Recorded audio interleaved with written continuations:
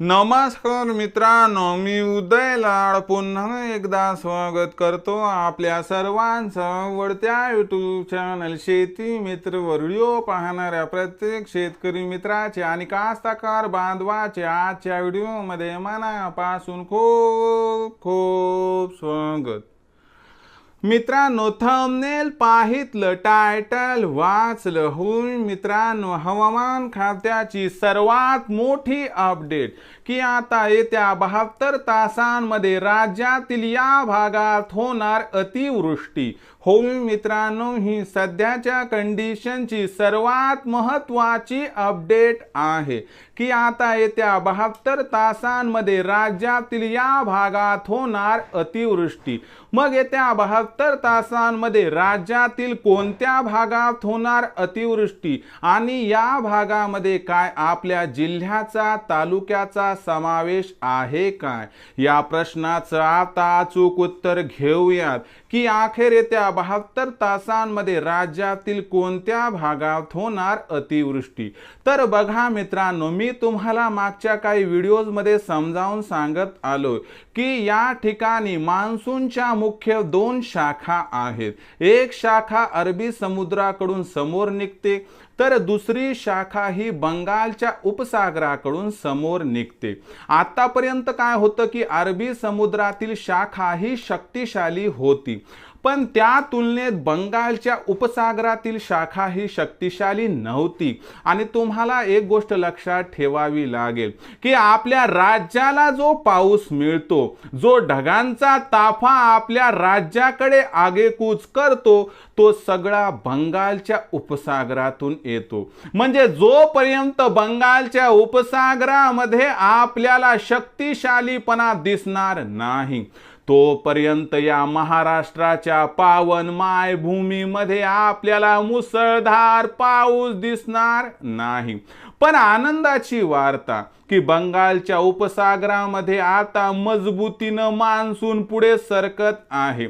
यामुळे ढगांचा ताफा हा आपल्या राज्याकडे आगेकूच करत आहे, ज्यामुळे आजपासून राज्यात पावसाचा जोर वाढण्याची शक्यता आहे।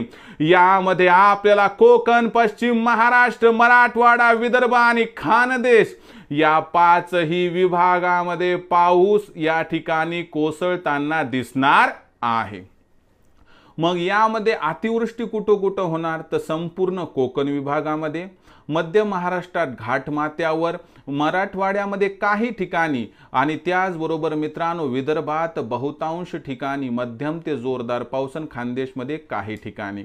म्हणजे जिथं जिथं घाटमाथा आहे, डोंगराळ भाग आहे, जंगली एरिया आहे, तिथं तिथं पाऊस हा अति पडणार। जसं की चंद्रपूर, गडचिरोली, भंडारा, गोंदिया, नागपूर हे 5 जिल्हे। त्यानंतर आपण जर मराठवाड्याकडे आलो तर नांदेड जिल्ह्यामध्ये अतिवृष्टी होऊ शकते, यवतमाळ या जिल्ह्यामध्ये विदर्भात अतिवृष्टी होऊ शकते। त्यानंतर खानदेशामध्ये गेलं तर नंदुरबारमध्ये आता प्रमाण वाढण्याची शक्यता आहे, कोकणातील सगळे जिल्हे आणि मध्य महाराष्ट्रामध्ये जो काही एक घाटमाथ्याचा एरिया जिथे डोंगराळ भाग आहे तिथं पाऊस जास्त पडणार आहे। आणि जिथं जिथं नदीची उगम स्थान आहे, जसं की त्र्यंबकेश्वरला आपली गोदामा आहे त्या ठिकाणी जन्म घेते, तर इथं म्हणजे या ठिकाणी तुम्हाला पावसाचं प्रमाण वाढताना दिसणार आहे। अशा परिस्थितीमध्ये एकच कळकळीची विनंती करतो मित्रांनो आपणास, या प्रसंगी पाऊस खूप पडणार आहे, त्यामुळे जीव जोखमीत घालून शेतातील कामं करू नका। विजा कोसळण्याची शक्यता व्यक्त केली जात आहे, तुमच्या जीवापेक्षा जास्त मोलाचं काही नाही। म्हणून मित्रांनो काय सांगतो तेवढं ऐका। मोबाईल विजा त्या ठिकाणी कडाडत असताना, चमकत असताना मोबाईल स्विच ऑफ करा, झाडाखाली थांबू नका। एवढ्यानं काय होते तेवढ्यानं काय होते असं म्हणत बसू नका बाबांनो, कारण जीव हा आपल्यासाठी नाही तर आपल्या कुटुंबासाठी लाख मोलाचा आहे। तुम्ही जगासाठी काय असाल माहीत नाही, पण तुम्ही तुमच्या कुटुंबासाठी कोहिनूर आहेत एवढं लक्षात ठेवा। झाडाखाली थांबू नका, मोबाईल स्विच ऑफ करा आणि कृपया सुरक्षित ठिकाणी आश्रय घ्या। आजचं काम उद्या होऊ शकतंय, पण एकदा गेलेला जीव आयुष्यात कधीही परत येऊ शकत नाही। हे जरा तुम्हाला मी अडचणीचं बोलतोय, पण माझ्या भावना समजून घ्या की ज्यामुळं आपल्यावरील त्या ठिकाणी अडचण टळू शकते। तर ही होती मित्रांनो सध्याच्या घडीची सगळ्यात मोठी अपडेट की येत्या 72 तासांमध्ये राज्यातील या भागात होणार आहे अतिवृष्टी। सावधान रहा, सतर्क रहा, अडचण येण्या अगोदरच सुरक्षित ठिकाणी आश्रय घ्या हीच आपणास विनंती। भविष्यात आपल्याकडे पाऊस कशा पद्धतीने कोसळू शकतो याबद्दल अधिक माहिती प्राप्त करण्यासाठी पाहत रहा आवडते यूट्यूब चॅनल शेती मित्र। आवडला असणार हा व्हिडिओ तात्काळ लाईक करा, सामान्य कास्तकार बांधवांपर्यंत पाठवण्यासाठी नक्की शेअर करा, सबस्क्राईब करून जरूर नोटिफिकेशन बेलला ऑल करा, यामुळे येणारा प्रत्येक व्हिडिओ हा आपणास या ठिकाणी मिळत राहतो।